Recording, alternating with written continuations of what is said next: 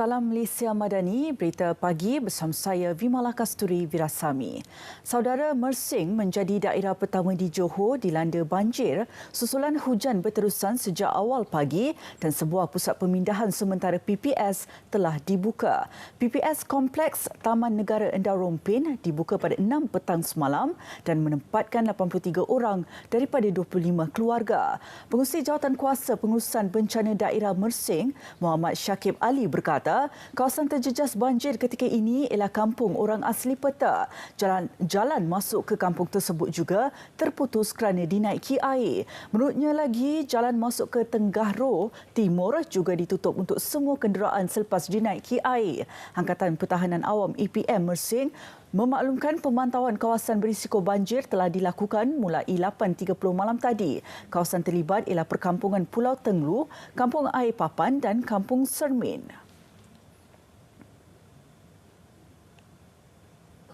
Sementara itu, Sabah kembali dilanda banjir dengan 3 PPS dibuka melibatkan daerah Paitan dan Sandakan susulan hujan lebat berterusan sepanjang hari. Setakat 1 pagi tadi, seramai 169 penduduk melibatkan 46 keluarga berlindung di PPS berkenaan. Sekretariat Jawatankuasa Pengurusan Bencana Negeri Sabah memaklumkan 6 penduduk terjejas daripada 3 keluarga dipindahkan ke PPS Sekolah Menengah Kebangsaan SMK Pamol di Paitan, manakala 153 mangsa daripada 37 keluarga berlindung di Masjid Nur Iman di Sandakan.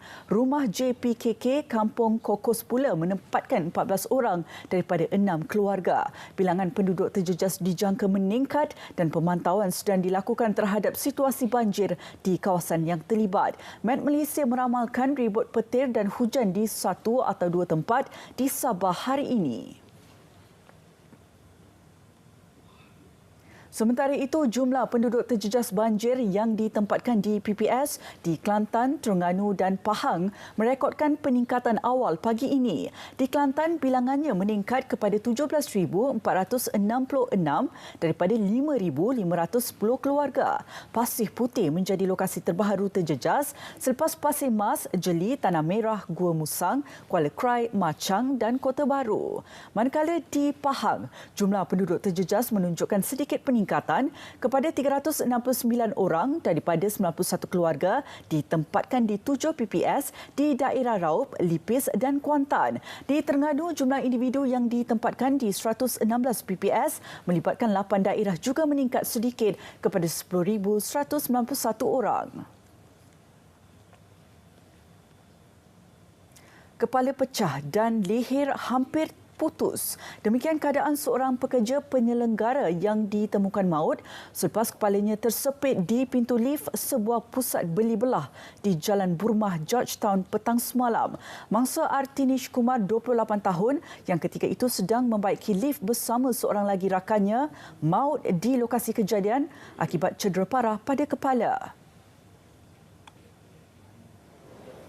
Menurut Komander Operasi Balai Bomba dan Penyelamat Bagan Jermal, Ahmad Rezki Faris Ismail berkata, sebaik tiba pihaknya mendapati kepala seorang pekerja telah tersepit pada pintu lift manakala seorang lagi terperangkap di dalamnya. Kecederaan yang terdapat pada mangsa bahagian kepala yang mengalami kecederaan yang hampir putus di bahagian leher dan pecah di bahagian kepala lah. Anggota mengambil masa kira-kira hampir 10 minit untuk mengeluarkan mangsa yang tersepit. Rakan mangsa berusia 53 tahun selamat. Mayat diserahkan kepada polis sebelum dibawa ke hospital untuk tindakan lanjut.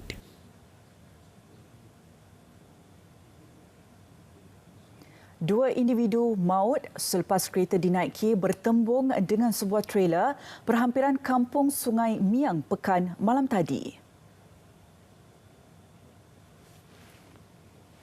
Jurucakap Jabatan Bomba dan Penyelamat Malaysia Pahang memaklumkan pihaknya menerima panggilan kecemasan pada 8.22 malam sebelum sepasukan anggota dan pegawai dari Balai Bomba Pekan dan Nenasi bergegas ke lokasi kejadian. Kejadian melibatkan sebuah kenderaan jenis Pro 2 kancil dipercayai bertembung dengan trailer mengakibatkan kereta terbabit terputus 2 serta terbakar.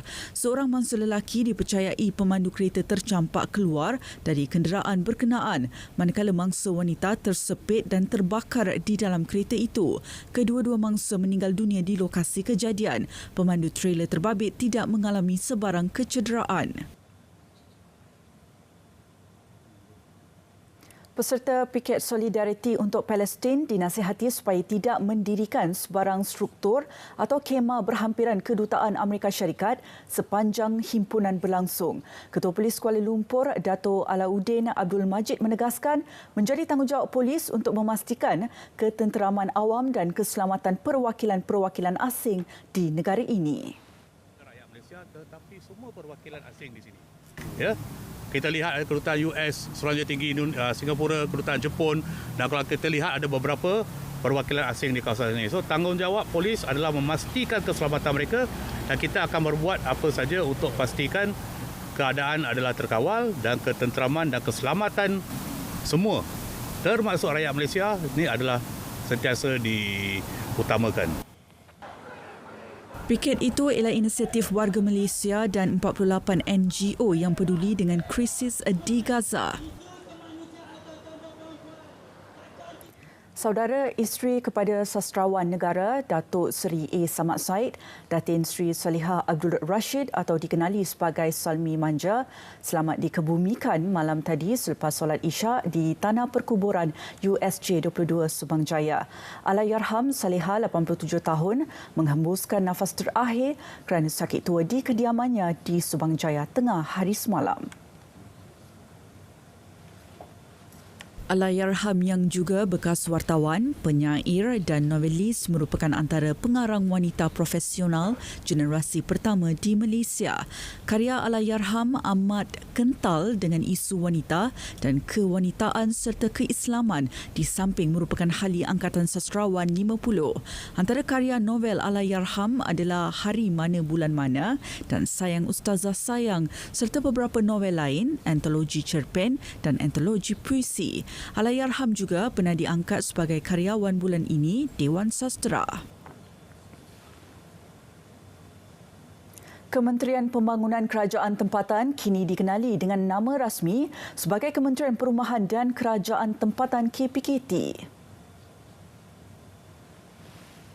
Pindaan itu berdasarkan keputusan Mesyuarat Jemaah Menteri 13 Disember 2023 yang lalu dan nama baru tersebut akan diwartakan secara rasmi di bawah Akta Fungsi-Fungsi Menteri 1969 Akta 2. Penyediaan rumah mampu milik merupakan teras utama kementerian itu dengan sasaran pembinaan 500,000 unit rumah di seluruh negara khususnya untuk golongan B40 dan M40 menerusi rancangan Malaysia ke-12. Hala tuju strategik melalui pelaksanaan visi dan misi KPKT pula akan terus diperkasa menerusi 8 fungsi utama iaitu perumahan mampu milik, perancangan bandar, pembangunan lanskap, pemerkasaan kerajaan tempatan serta kebombaan dan penyelamatan. Pertubuhan Amal Angkel Kentang Malaysia mengadakan majlis penghargaan Wira Merah Bomba sebagai memperingati jasa petugas barisan hadapan itu.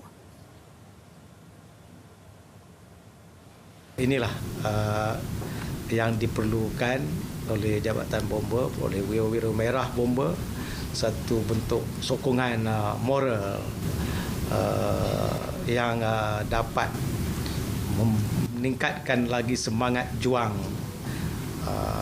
dan dapat melaksanakan tugas tanpa mengira masa, tenaga dan wang ringgit dalam memastikan operasi penyelamatan nyawa dan harta benda ini dapat dilaksanakan dengan cemerlang. Sementara itu, Angkel Kentang menyeru orang ramai dan lebih banyak pertubuhan bukan kerajaan NGO tampil beri sokongan moral dan menghargai peranan dan tugas anggota bomba. Mereka adalah our best friend, our nearest friend and our best friend. Apa-apa sekecil-kecil masalah kita, kita selalu memanggil bomba.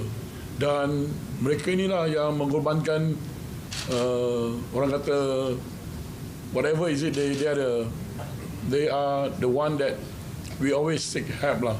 So they are always leave unnoticed. Dari sungai ke segara, Palestin pasti merdeka. Berita pagi diteruskan dengan edisi Sabah.